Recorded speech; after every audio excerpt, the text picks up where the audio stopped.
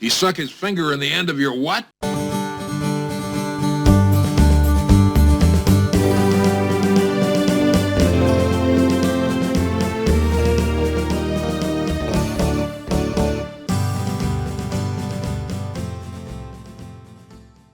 Howdy, everyone. Pull up a chair, kick up your boots, and take a sip on a nice cold sarsaparilla. What? Well, I would write it down, but I don't figure you could read it. Sody pop. It's Support Your Local Podcast, the show where we take a look at the 1969 Western comedy classic, Support Your Local Sheriff, one chapter at a time. I'm your host, Robert Smith, coming to you from beautiful Tombstone. Yes, that one. Today we're going to take a look at Chapter 11, A Busted Bust. But before we do that, I want to take a moment to kind of give you a feel for the lay of the land in regards to not just the setting of the movie and time frame, but also the time frame that the movie was released in a segment that I like to call It Came in '69. That gun had gone off, it had blown right up in the face. Now, it wouldn't have done my finger a hell of a lot of good either, would it? In 1869, on November 4th, my birthday, mark your calendars, I expect a card. The first issue of the scientific journal Nature is published in London. It is edited by Norman Lockyer. The first game of American football between two American colleges is played. This is between Rutgers and Princeton. Rutgers defeats Princeton 6-4 in a forerunner of American football and college football. In Egypt, the Suez Canal linking the Mediterranean Sea and the Red Sea is inaugurated in an elaborate ceremony. The Hudson's Bay Company surrenders its claim to Rupert's Land in Canada under its letters patent back to the British Crown. In Dumbarton, Scotland, the clipper ship Cutty Sark is launched. This is one of the last clippers built and the only one to survive in the United Kingdom. Fast forward 100 years to 1969, November 3rd, day before my birthday. Mark your calendars, I expect a card. In Cairo, the Arab League makes a deal that gives the PLO in Lebanon refugee camps freedom from government interferences as they plan to recruit and train fighters for their army. Alcatraz Island is occupied by a group of American Indians. The events go on to inspire Troy R. Johnson to chronicle the story. Regular color television broadcasts begin on BBC One and ITV. 250,000 protesters stage a peaceful demonstration against the Vietnam War in Washington, D.C. Football great Pele scores his 1,000th goal. That's soccer for you Americans out there. 80 Native American college students seize Alcatraz Island in the name of Indians of all tribes, explaining why the island should become an Indian reservation. The My Lai massacre, the mass murder of unarmed South Vietnamese civilians at the hands of U.S. troops, is investigated. The Let It Bleed album with the famous cake made by Delia Smith is released by the English rock band The Rolling Stones. Sesame Street debuts on the National Education Television, which is the precursor to the PBS, the Public Broadcasting Service. And on August 21st, Donald and Doris Fisher opened the first Gap store in San Francisco. This has been It Came in '69. Wow! So we start our chapter, A Busted Bust, with the Danbys sitting at a table in the saloon. They're having a rough enough day that they tell the bartender to leave the bottle, which, whoop, whoop, whoop, I guess could be a trope in the Westerns. When somebody's down on their luck, they tell you to leave the bottle. You know, that's a sign of them having some issues. Obviously, they are not necessarily licking their wounds because they weren't involved, but they had a pretty rough day, losing 3 gunfighters, 2 of them dead, and one of them, now that I think about it, maybe he was the former sheriff that got ran off because he wasn't able to get into the gunfight. He was actually scared off with a couple stones, but oh well. We find that Paul has been pushed a little too far with the sheriff, and it's time for some drastic measures. The red-bearded son, Gene Evans, asked Paul if he'd been touching up his hair again, as it looks better in spots, and this is just a continuation of him saying the worst things that he could to put his foot in his mouth. But while he asked Paul that, and as Paul apparently definitely justifiably gets offended, I wondered This is based in 1860s ballpark. Don't have an exact date, but it works for that skit that I do. I wondered, when exactly was hair coloring a thing? So I took a look at the history of hair coloring. Obviously, it's been done throughout history to some degrees. Makeup goes back even to before America. But one of the things that jumped out at me when I was searching for it is in the 1800s, English chemist William Henry Perkin made a accidental discovery that changed hair dye. And he was trying to find a cure for malaria and accidentally created the first synthesized dye in 1863. The color was mauve. It's called mauvine. But I found that interesting that I'm not a scientist. I'm not a chemist. But sometimes when you hear the origins of some of these inventions, you wonder, how exactly did you stumble upon something?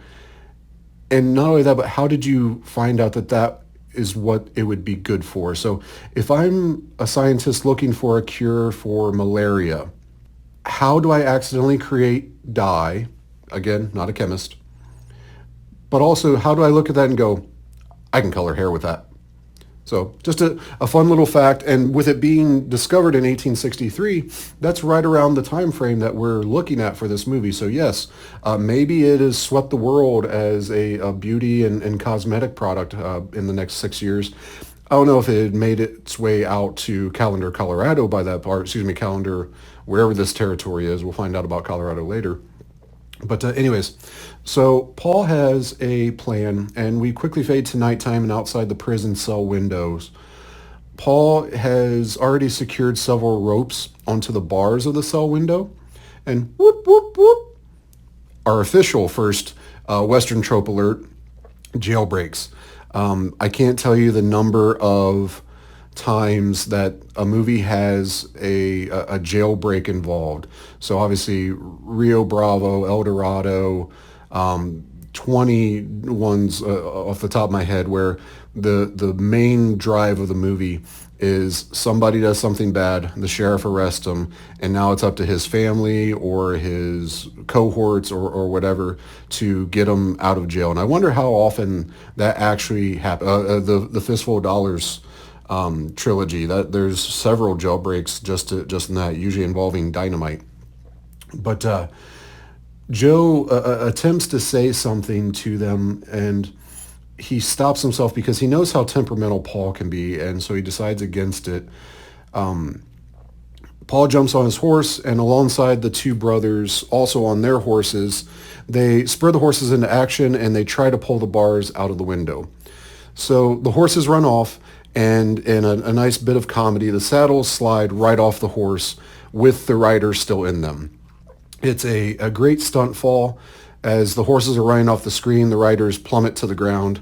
You can obviously tell that they sped up the footage, but still a pretty good stunt, and one that you can tell somebody did. So again, shout out to the stuntmen for doing something dangerous. I mean, the horse, you're falling a good 5-6 feet. That's a good way to bust a leg or something else. The stuntman for Walter Brennan, spoiler alert, the 60-some-year-old Walter Brennan did not do his own stunt on that. He loses his hat in the process, and if you're looking for it and you have a keen eye, you can definitely tell that is not Walter Brennan in the stunt. Not that you would expect it to be, but usually stunt people are good at using hats or their arms or whatever to hide their face. This one, he loses his hat in the process, so he has nothing to really cover himself with. So no fault to the stuntman, but yeah, I was a little saddened to see that was not, in fact, Stumpy falling off his horse. But oh well. Joe tells his family that he knew it wouldn't work because the bars were set in a little too well. And when he's questioned about it, Joe proudly informs Paul that he was the one that helped set the bars in. I wonder, as I've watched this, is it true? I mean, I know it's true that Joe helped. We saw him holding the mortar plate earlier. Is it true that that's why it didn't work? I mean, I'm not questioning the fine work that the mason did. You can see looking at the window and such that the brickwork looks very, very nice. Shout out to my grandpa. He was a bricklayer. My question is there a scenario where three horses and some rope would be able to completely pull iron bars out of bricks like that? Because usually in the westerns you see a lot of explosives used to spring people from jail. I mentioned earlier, namely the Man with No Name trilogy. There's one or two instances of using explosives. So I know obviously that horses outside of a train perhaps are the only form of work power that they may have in this time frame. However, I wonder if three horses running from a dead stop would be able to generate enough force to actually get that done. I do know, however, that given the fact that they want to do this stunt gag, they had to have had the saddles not attached to the horses. So if you watch, they slide completely off the back of the horse. In reality, the saddle should have had a strap around the belly of the horse to keep the saddle attached. I know that probably has a name. I'm not a cowboy. I'm not a horse person. But you know what I'm talking about. To do this gag, they couldn't have that there because otherwise they would have, possibly maimed the horse, or the saddle would have got stopped once the strap got back to the horse's back legs, and just an ugly, ugly situation. So by tying the rope to their saddle horns rather than the horses themselves, it was a doomed venture from the start. And I realize it's for the gag, but just a little bit of reality there. Paul sends off the two brothers to their uncle's ranches to bring backup, anybody that they can think of. It's officially getting serious now. We're going to have some good old fashioned Western dust up here. Paul scolds Joe for helping keep himself in jail, and when he wonders if Joe would help them hang himself too, Joe doesn't think that they are actually going to hang them. They may joke about it, but he doesn't feel that they really will. So, gotta question the optimism of Joe. Perhaps he's been mentally broken down by the sheriff enough that he's finally kind of loopy. But I wouldn't put money on the fact that they're not going to go through with it. Jake comes from around the jail with his shotgun in hand to see what all the commotion was. And given the layout of the jail, if Jake was inside when all this happened, presumably it's nighttime, this is his shift, he didn't hear the talking between the Danbys beforehand, question mark. If you look at this isn't a modern window. The window is open, not open like it was before. Obviously the bars are there right now. Open as in there's no glass. There's no barrier in the window. All it is it's open air with the bars. And given the layout that we know of the jail, if he was sitting in there, even with the door closed, these guys were loud enough that you would think that he would have heard a lot of commotion before we even got to the commotion of the horses running off. But alas. So anyways, Paul refuses to be chastised by Jake. So he takes his saddle and he leaves. And Jake asks Joe if they were trying to break him out. And keep in mind, there's still ropes tied to the bars of the window. In fact, he actually touches one. And Joe affirms that, yes, that's what they were doing. He then delivers another of the top 5 jokes in the movie. One of my favorites, definitely. Stating that Paul has a heart as big as the outdoors, but doesn't have a single brain in his head. And we close this chapter with Jake trying to contemplate the deepness of the quote and whatever that means coming from a guy like Joe. Now is a good time before we close to take a good look at one of the movers and shakers of this film, specifically the one that's responsible for this film. Let's take a look at director Burt Kennedy in a segment that I like to call Remember the Name. That's about all I'm going to do the rest of my life is go around remembering your name. And welcome back to Remember the Name, the segment of the show where we take a bit of a deeper dive into one of the cast of characters or the creators of the movie to get a better feel for where they were and what they brought to the table in regards to this movie. Today we're going to look at the director, Mr. Burt Kennedy. Born in September of 1922, he left us in February of 2001. Known as a director and writer predominantly, he got his start in the career of show business early on at the age of 4. He joined the act in vaudeville of his parents, the Dancing Kennedys. He would, after graduating high school in 1941, he went into the Army where he did see action in World War II. He was a member of the 1st Cavalry Division during the liberation of the Philippines. And he did receive a Silver Star, a Bronze Star, a Purple Heart with oak leaf clusters. So he is a decorated war veteran, something that you'll see with a lot of these movie stars and actors and producers and directors that were around during World War II. This was something that really everybody was involved in. So definitely a pattern that you're going to see as we go through some of these guys. He specialized in Westerns, as we said before. Something I found interesting was looking at his IMDb and Wikipedia.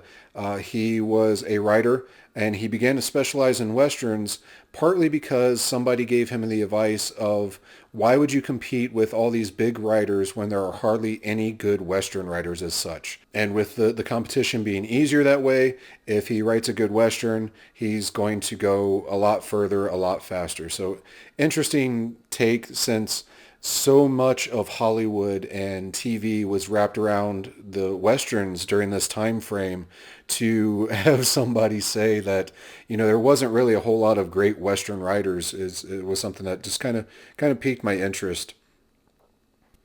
He would do quite a few movies as a writer for director Bud Boetticher and Randolph Scott, a famous Western actor, of course. He switched quickly over into directing.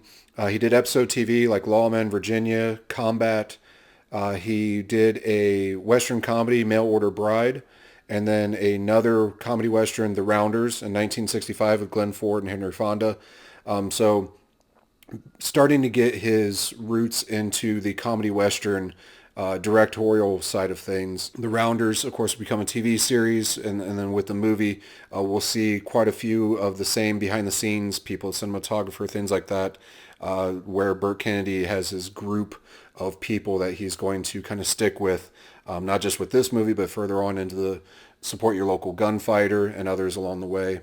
Kennedy would go on after this to direct Robert Mitchum and Young Billy Young, The Good Guys and the Bad Guys, and then directed Frank Sinatra in another comedy Western, Dirty Dingus McGee, a name that you're going to hear off and on during these deep dives. He would move on into more TV affairs, doing episodic TV like The Wild Wild West Revisited and More Wild Wild West.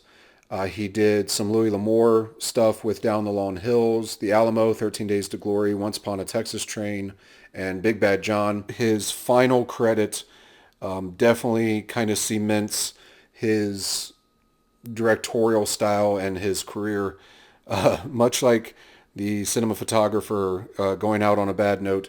His last directorial credit is 1991's Hulk Hogan vehicle, Suburban Commando. And knowing me, that was a great little Easter egg for me to see growing up of Hulkamania and being a big fan of Suburban Commando. I had actually even kind of flirted around with wanting to do Suburban Commando as one of the movies to do as a podcast. But to see that somebody with the credentials that Burt Kennedy has and the stuff that he's done with the people he's done, seeing that his final credit was Hulk Hogan's Suburban Commando kind of made me chuckle, but also at the same time made me a little bit sad that the remaining 10 years of Mr. Kennedy's life, he has to go down as the director of Suburban Commando. But that has been this episode featuring Mr. Burt Kennedy, the director of this movie and the so-called sequel, going forward with Gunfighter. But this has been Remember the Name. You tell him I remember his name. And we're back. So we close our scene and we are left to question if attempted jailbreaking is not a crime. Because Jake could have obviously arrested Paul Danby. Maybe not the brothers. Maybe they were too far gone to their uncle's ranches by then. But I wonder why they wouldn't put Paul Danby in there as well. There's another cell. There's bars now. It maybe would have made things a little bit easier. But that's not how the script goes. That's not how the movie goes. We'll have to see if that comes back to bite them in the butt. But until then, when we return for Chapter 12, Mature Cowardice, this has been Chapter 11, Busted Bust. Please, if you haven't already, check us out on social media. We are at Facebook, Instagram, YouTube, all at Support Your Local Podcast. We can be reached at SUP Your Local Podcast. That's SUPP, Your Local Podcast at gmail.com. I welcome all your questions, comments, concerns, feedback. If you're looking for this podcast, if you happen to stumble upon this episode, I'm sorry that you had to start so late. Please go back and check out the rest of them. You can find us easy at supportyourlocalpodcast.com or wherever your favorite podcatcher may be. So for Robert's recommendations this week, I drifted off of my Movies by Minutes path to get a wrestling podcast in there last week by recommending the Jim Cornette Experience. Going to go back to my Movies by Minutes brethren. If you have not already checked out the ones I said previously, definitely check out the Indiana Jones Minute. These guys are going over all of the Indiana Jones films. They've already covered Raiders, Temple of Doom, Last Crusade. They unfortunately ran into Crystal Skull pretty much right smack in the middle of COVID and everything else. So they have been doing easily the worst Indiana Jones film for about 4 years now. I feel for them. I'm sorry for them. It had to have been a slog, but it's still very entertaining, very insightful. It's a very good podcast. Definitely go back, check out their back catalog, subscribe to them. But the Robert's recommendation for the week is the Indiana Jones Minute. You can find it and all of the Movies by Minutes movies at moviesbyminutes.com. I guarantee you, if you have a favorite movie, there's probably been a podcast done on it. So go check that out. If it hasn't, make one. Do what I did. Get into this genre. It is. It's not as hard as it seems. It can be daunting. I was scared to kind of get this started, but now that I've done this for a little bit, definitely some fun to be had out here. So, all right, folks, I'm going to let you go. Until then, always remember, please support your local podcast. He stuck his finger in the end of your what?